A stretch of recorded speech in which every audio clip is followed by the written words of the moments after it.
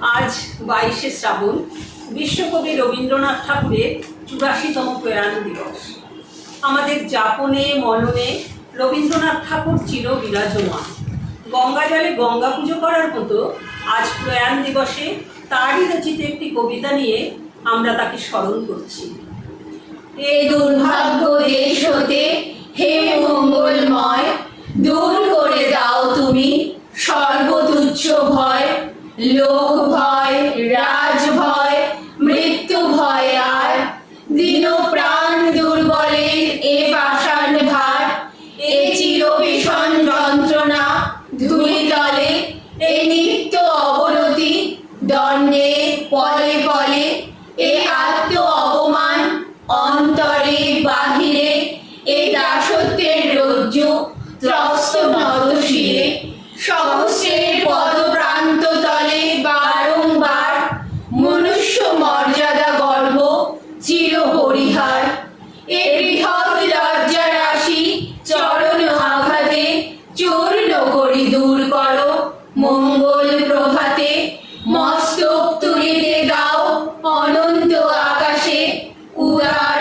আলোক মাঝে উন্মুক্ত বাতাসে।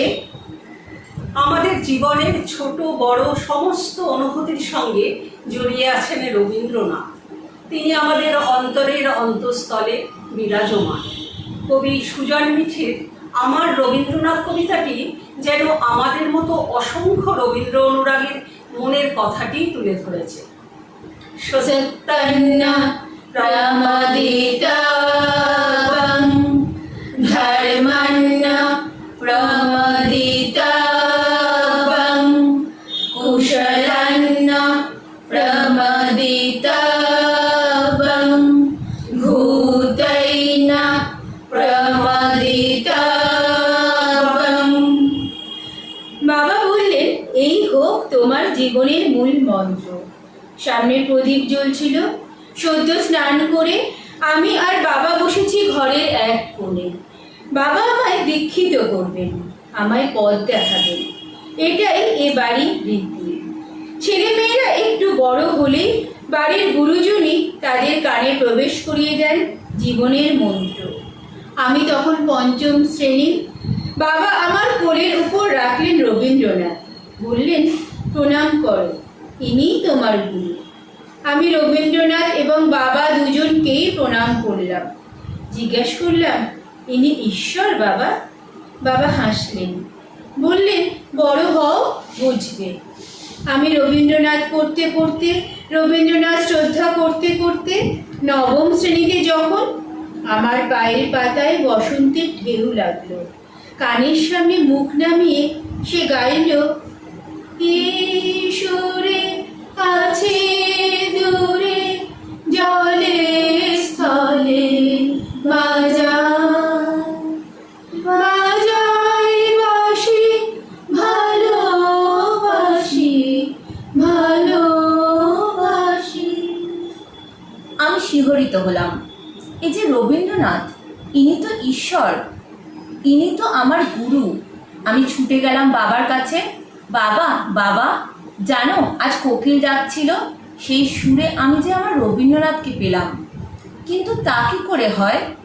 উনি যে... বাবা হাসলেন, আমার মাথায় হাত রেখে বললেন, উনিই তো বসন্ত। তিতির করে উঠল আমার ঠোঁট। এই প্রথম আমি রবীন্দ্রনাথকে প্রেমিক ভাবলাম। বাবার সামনে এক ছুটে ঘরে এসে বিছানায় উপুর হলাম। আমার বুকের নিচে গান বয়ে চলল, আমারও পরাণ যাহা যা তুমি তাই, তুমি তাই গো, ও আমারও পরাণ যাহা যা। একদিন আমার বসন্ত প্রখ্যাত গবেষক হয়ে বিদেশে গেল। তার শিকড় প্রবেশ করল সেখানে।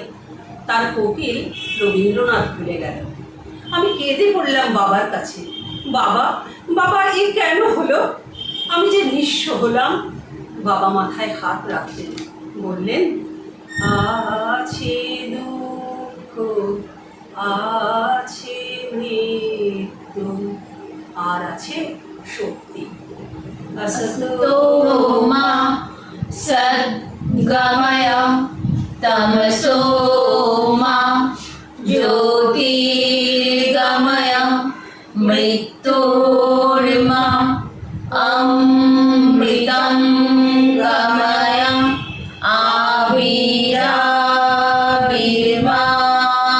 আবিরাবির্মায়েধি রুদ্র যজ্ঞে দক্ষিণং মুখং তেন মং পাহি নিত্যম। আমি পঞ্চম শ্রেণী থেকে রবীন্দ্রনাথ বুকে ধরে আছি। বাবা বলেছিলেন বড় হও, জানবে। আমি আজও বড় হয়ে চলেছি। স্নান করে রবীন্দ্রনাথের সামনে প্রদীপ জেলে প্রণাম করেছি। দ্বীপ প্রহরে বুকে জড়িয়ে ধরেছি সঞ্চয়িতা। গভীর রাতে গীতবিতানের সুর ভিজিয়েছি বিষাদের অশ্রুতে। আমার বুকের গহনে সোনার তরী ভেসে যাচ্ছে আজও। পাকা ধান খেতে দুলছে শিশি, দুলছে আকাশ, বসে আছি কূলে আমি আর রবীন্দ্রনাথ। গগনে গরজে মেঘ ঘন বর্ষা, কুলে একা বসে আছি নাহি ভরসা। রাশি রাশি ভাড়া